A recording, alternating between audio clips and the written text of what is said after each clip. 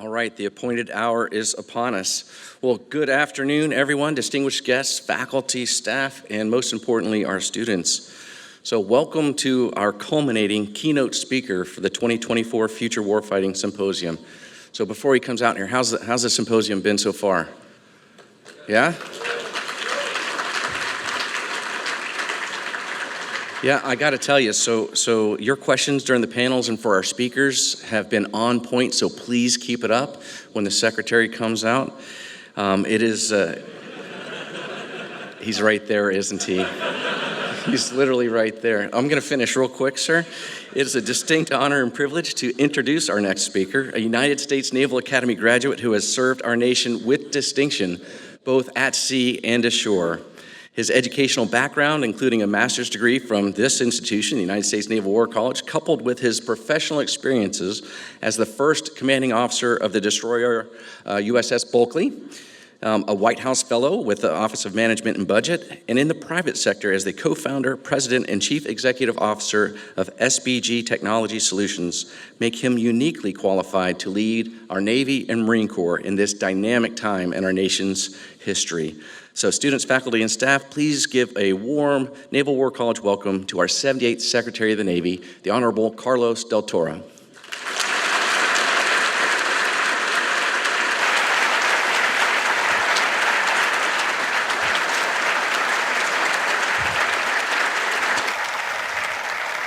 Good afternoon, everyone. How wonderful it is to be back here in Newport at the Navy War College. And thank you, Admiral Garvin, for inviting me to speak to this group of rising in residence students and those that are watching online at the Navy War College, and for your incredible leadership of this institution over the past 14 months. And to you, Cheryl, thank you. There's just not enough ways to thank you for your commitment to this institution, the impact that you've made here that translates across our entire fleet and force as well, too. To all our general officers, our flag officers, senior enlisted leaders, distinguished visitors, guests, and students, and especially my wife, Betty. Where are you, Betty? There you go. Welcome back to Newport, Betty. Welcome, and thank you for joining us here today. I'm grateful to be with you to speak at the Future Warfighting Symposium, which is so incredibly important to what we do in our Navy and Marine Corps and the impact that it has, in my opinion, and throughout the entire Department of Defense. And I believe that this year's theme, Navigating the Future Summit of Geopolitical Risks, is particularly apt here and now at the Navy War College with all the events that are happening around the globe. To remain competitive in today's age of conflict, we must leverage every advantage available to us. And we are laser focused, and I mean laser focused, on the future of warfighting because of the uncertainty and the challenges that we face in this complex world today, with all the challenges across the entire globe. We need you, our warrior scholars, at the tip of the spear, because we do face existential threats and challenges in every corner of the globe. In Europe, Russia is now well into its third year of its full-scale and illegal invasion of Ukraine. And we simply cannot allow Russia to be victorious over Ukraine.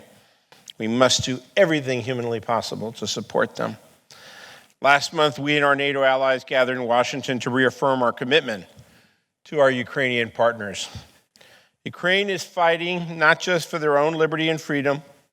They are fighting indeed to protect democracy in Europe and indeed around the world. We're proud to stand beside them in support of their just and noble cause.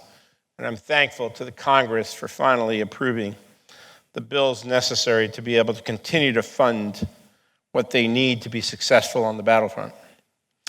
For the first time since World War II, we face a comprehensive maritime power.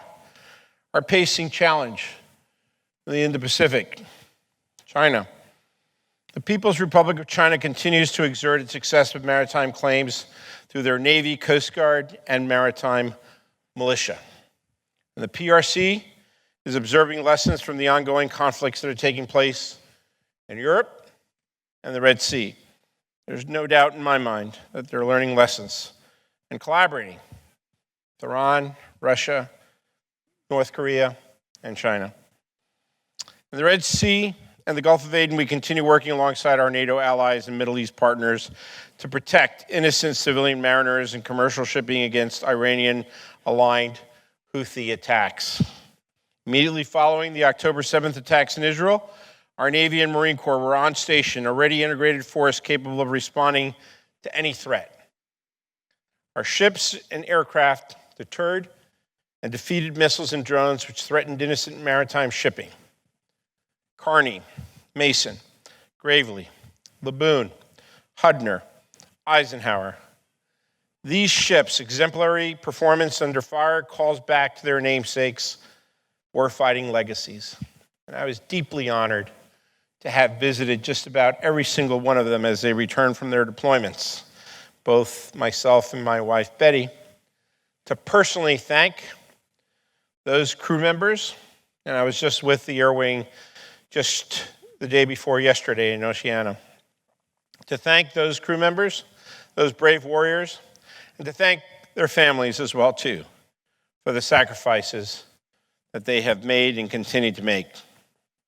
Carrier Air Wing 3, our battle axe, deployed over 60 air-to-air missiles and over 420 air-to-surface weapons in defense of civilian mariners in the Red Sea. And Bataan Amphibious Readiness Group with the Embark 26 MEU deterred hostile Houthi attacks against innocent ships and helped prevent the conflict from spreading throughout the region.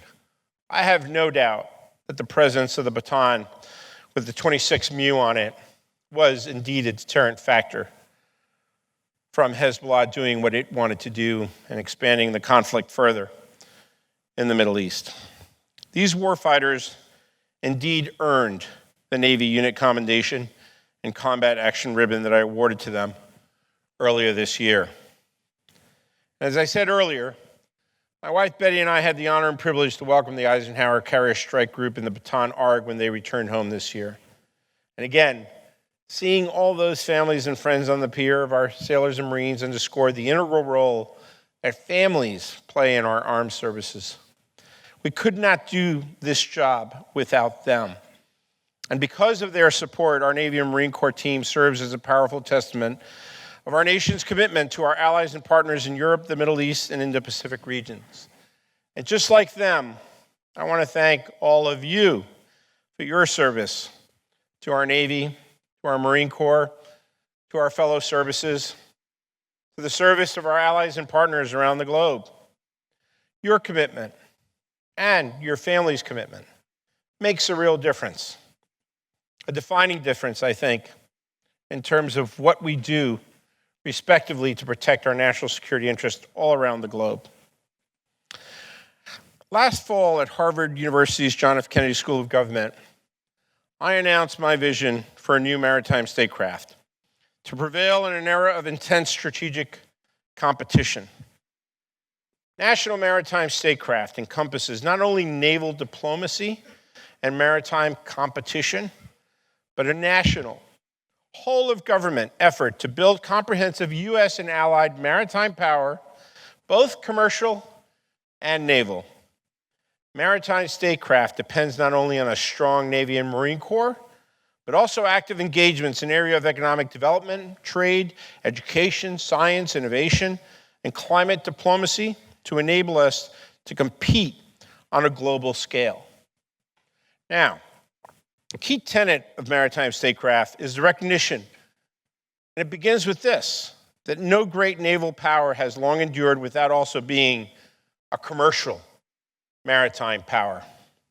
Making naval shipbuilding more cost-effective requires we restore the competitiveness of U.S. commercial shipping and shipbuilding, which began to decline in the early 1980s.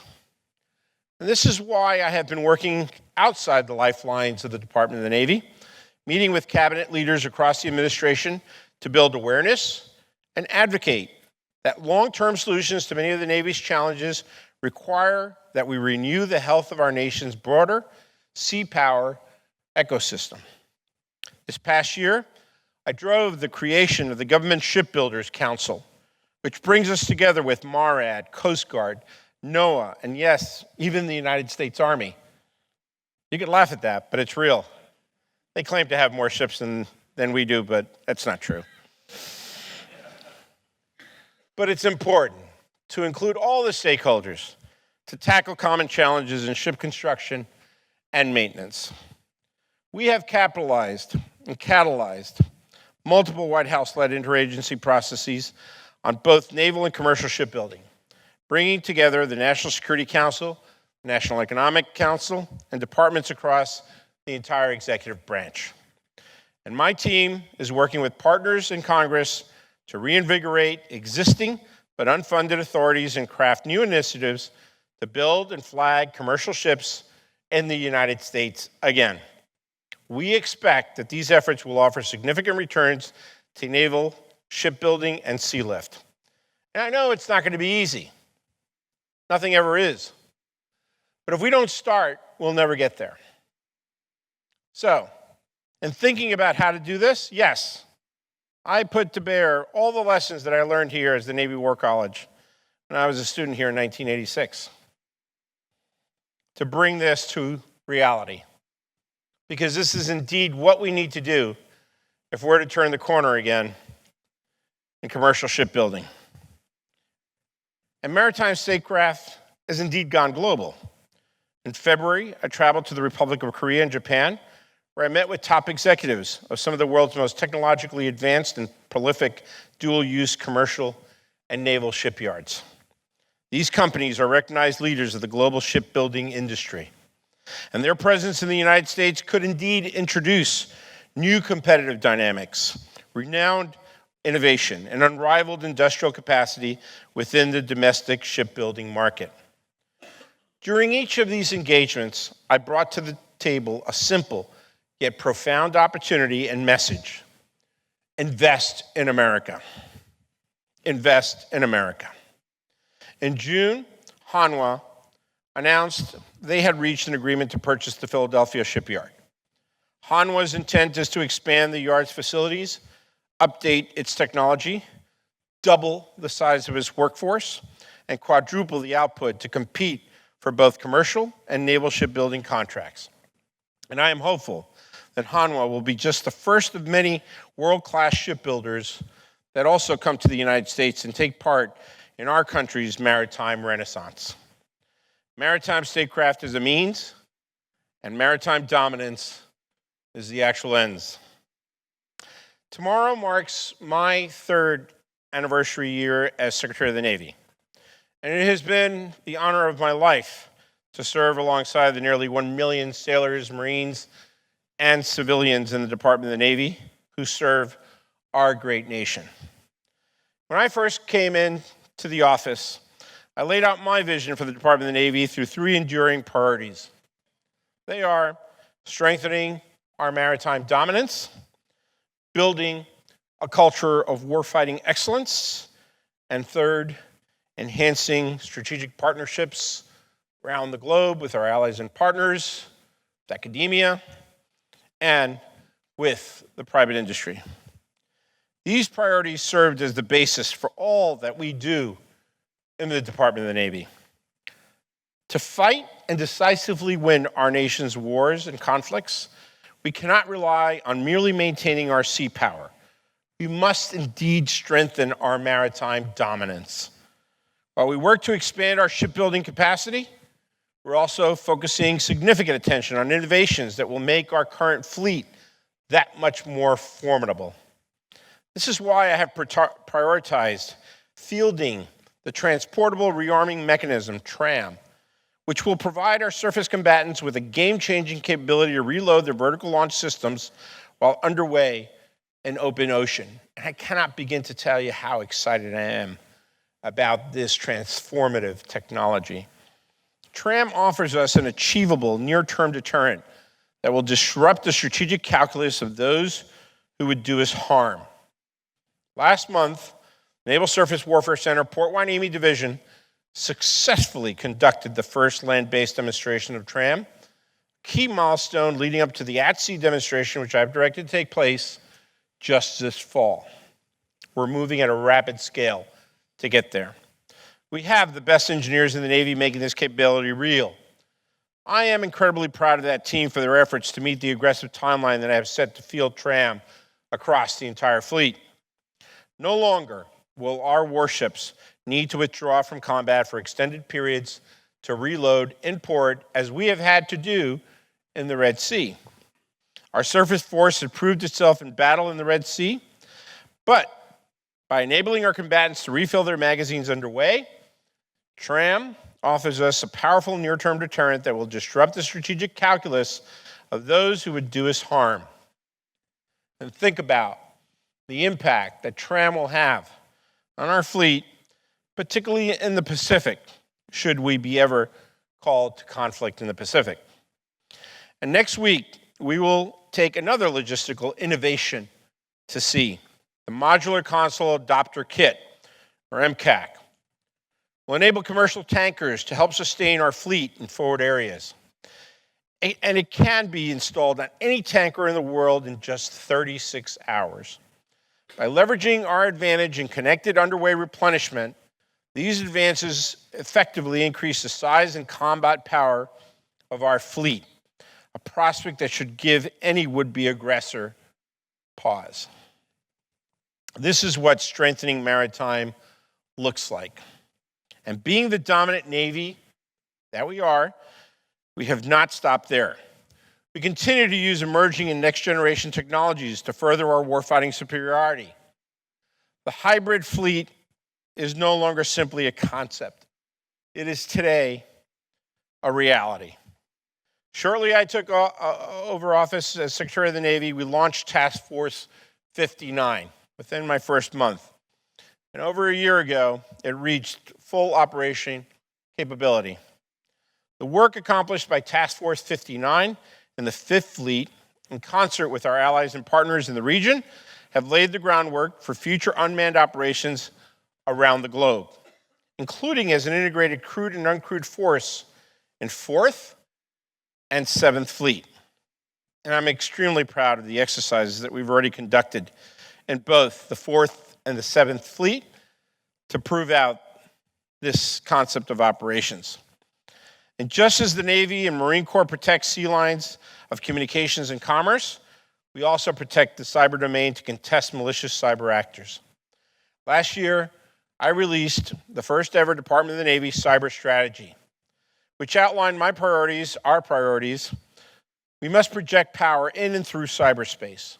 My principal cyber advisor and chief information officer are hard at work overseeing the strategy's implementation and strengthening our cyber posture, and we are already seeing the results of many of the things that we're actually doing across the fleet and the force. But indeed, when it comes to building a culture of warfighting excellence, it's our people that are the foundational strength of our department, and they provide us competitive warfighting advantage over our adversaries.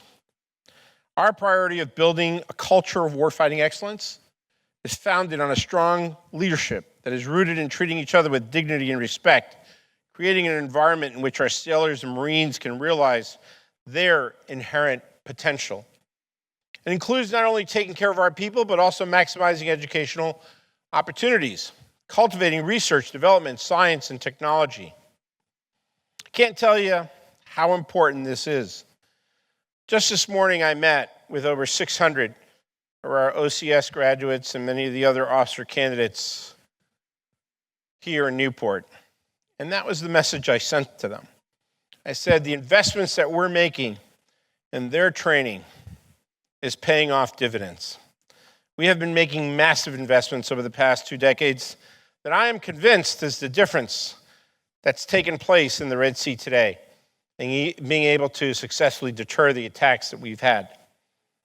This year, the Abraham Lincoln Carrier Strike Group executed the first integrated air defense course in the new integrated training facility in Fallon, Nevada, a revolution in virtual constructive training facilities. And we've expanded Fallon, Nevada as well, too, to allow future versions of F-35 and more advanced munitions to be able to be trained there in Fallon. Because of the foundational training provided by the tacticians at the Surface and Mine Warfighting Development Center and the Naval Aviation Warfighting Development Center, Our forces excelled under intense combat situations that we have not seen, actually, since World War II. And the cutting-edge technology at these facilities could not exist without the research, development, and education to support them. Education is a critical warfighting enabler, providing our sailors, Marines, and civilians the tools necessary to succeed. Last year, I released my naval education strategy, which outlined the ways in which we will use education for future force readiness and competitive advantage. Throughout our lines of efforts, we are making strides to implement a learning continuum for the entire force, integrate education into talent management frameworks for more precise and agile talent management, and strengthen the Naval University system. We have significantly increased investments in the Naval University system. The Navy War College, Marine Corps War College, United States Naval Academy, ROTC programs, Marine Corps University, Naval Postgraduate School, the United States Naval Community College, to foster the intellectual edge needed to prevail in peace or war. Our Marine Corps has also launched the Marine Innovation Unit, which leverages the skill sets of our talented Marine reservists to find solutions and accomplish engagements integral to our warfighting future. And this initiative directly supports the Marine Corps' force design modernization efforts, ensuring our ability to fight a peer adversary on the modern battlefield. Last September, I stood up the Science and Technology Board with the intent that the board provide independent advice and counsel to the Department of the Navy on matters and policies relating to scientific, technical, manufacturing, acquisitions, logistics, medicine, and business management functions. And this year, I released our new Naval Science and Technology Strategy, guiding our Navy and Marine Corps' innovative initiatives in science and technology research efforts during this decisive period. Our department prioritizes people first and foremost, because people are our greatest strength, and force resilience begins and ends with them. And I am committed, and our entire naval leadership team is committed, our commandant, our chief of naval operations, our flag officers, and our general officers, to consistently improving the quality of life and quality of service of our sailors and our officers in both Navy and Marine Corps. Last year, I directed the immediate implementation of the Brandon Act, which honors the life of Petty Officer 3rd Class Brandon Caserta, who tragically died by suicide in 2018. The Brandon Act allows service members to seek confidential help for any reason at any time and in any environment. This act helps remove the stigma from seeking help for mental health and improves access to mental health care for service members, something we all as leaders simply must be invested in, no matter how busy we actually are on any given day. When you see someone that's struggling, you have to stop what you're doing. You got to take the time out to find out what's going on in that person's life. Building a culture of warfighting excellence crucially encompasses learning the past and righting historic wrongs as well too. Last month, I had the opportunity and obligation to correct a historic injustice and place the Department of the Navy on the right side of history. I can't tell you how proud I am that we did this. Port Chicago Naval Magazine, approximately 25 miles from San Francisco, served a critical role in supporting combat operations in the Pacific Theater. On the evening of July 17, 1944, munitions being loaded onto the SSEA Bryan detonated, killing 320 sailors, Coast Guard men, civilians, and others, and injuring an additional 390 individuals, both service members and civilians. Over 200 of these fallen heroes were African-American sailors, many of their bodies torn to pieces because of the explosion itself. 258 surviving sailors traumatized by the blast, unsafe working conditions, lack of training, and fearful for their own very lives, were charged with refusing to continue loading munitions under said conditions. After officials threatened these sailors with disciplinary action, 208 of the sailors returned to work. The remaining 50 sailors continued to refuse to return to work and were charged with mutiny. This act was known as the Port Chicago Mutiny, and the 50 sailors were known as the Port Chicago 50. While every sailor serving at the Port Chicago Naval Magazine had chosen to serve, the subsequent general and summary court-martials labeled those 258 sailors as criminals. Upon the comprehensive review of these court-martials and advice of the General Counsel, I made the decision inherent within my authorities as Secretary of the Navy, dating to the laws of the time, to set aside the court-martials of all 258 sailors convicted as part of the Port Chicago incident. This decision clears their names, restores their honor, and acknowledges the courage that they displayed in the face of immense danger and injustice. While long overdue, this is the justice that these sailors, our people, our shipmates, deserve.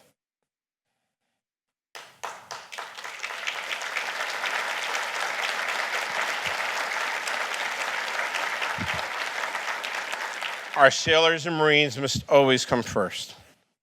Now, to be the most effective fighting force, our Navy and Marine Corps is enhancing strategic partners across the joint force, industry, academia, and with our allies and partners around the globe. Last month, alongside officials from the Office of Secretary of Defense and Michigan Governor Gretchen Whitmer, we announced the Michigan Maritime Manufacturing Initiative, a federal, state, and local partnership to help rebuild the maritime industrial base workforce that the Navy needs across this entire country to be able to be successful. We have partnered with Michigan's Macomb and Oakland community colleges to focus on ship and submarine production skill sets. To tackle the critical need to advance shipbuilding research and design, our Office for Naval Research funded a $14 million Center for Naval Research and Education at the University of Michigan. And we're doing this across the entire country. California, and Virginia, and Georgia, and many other places across the country. We're excited to have just facilitated a new educational partnership, in this case with the University of Michigan, Seoul National University, and HD Hyundai Heavy Industries. America was once a nation which led the world in shipbuilding, and with the efforts of Americans across the country, we will restore our status as a leading shipbuilding nation once again. In closing, the Navy War College is a national treasure. Those of you who are lucky enough to come here are national treasures. There is no institution better suited to build the intellectual foundation of maritime statecraft. It's in your DNA. Luce, Mahan, Sims, icons of this institution, changed the world with revolutionary works on sea power. They recognized then, as now, that for the United States, maritime strategy is grand strategy. Extraordinary thought leadership here in Newport made the nation a global power at the dawn of the 20th century. In China, we faced a full-spectrum global maritime power for the first time in over a century. Today's intense strategic competition demands a renaissance in American maritime power, and this institution must lead it once again. I am grateful for Admiral Garvin's leadership organizing multiple conferences on maritime statecraft here. One of the most important outcomes of the recent Current Strategy Forum is the development of a set of research questions to inspire new original work by faculty and students. I again emphasize that no great naval power has long endured without also being a maritime power. For the last 40 years, we have sought to defy that maxim, completely outsourcing our commercial shipbuilding and shipping to other countries. Is that still tenable today? 99.6% of our seaborne commerce travels on foreign flagged ships. What are the risks to our economies in time of crisis?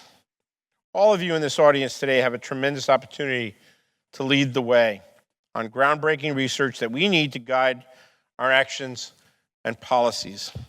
In case I have left it unclear, I can assure you that my staff and I will be avid readers of all your work. We not only have it in our power, but in our charge to change the course of history once again. And I do look forward to reading much of the research that you will institute. And don't kid yourself. When I was here at the Navy War College, I wrote a thesis as part of the advanced research program that was titled The Congressional Budget Committees and Their Impact on the Department of Defense. You could find it online, I think, for about $1.55 on Amazon. But I pulled it out the other day. And it, I guess, didn't surprise me necessarily, but it was amazing to me how much of what I wrote then, back in 1996, is still relevant today. I just hope other members of Congress don't read it. I might get myself in trouble. But nevertheless, as I said before, it is the honor of a lifetime to serve alongside you as the 78th Secretary of the Navy. May God bless our servicemen and women and all those that support them. Thank you for what you do here at this tremendous institution that makes such a difference throughout our entire Department of Defense. Thank you.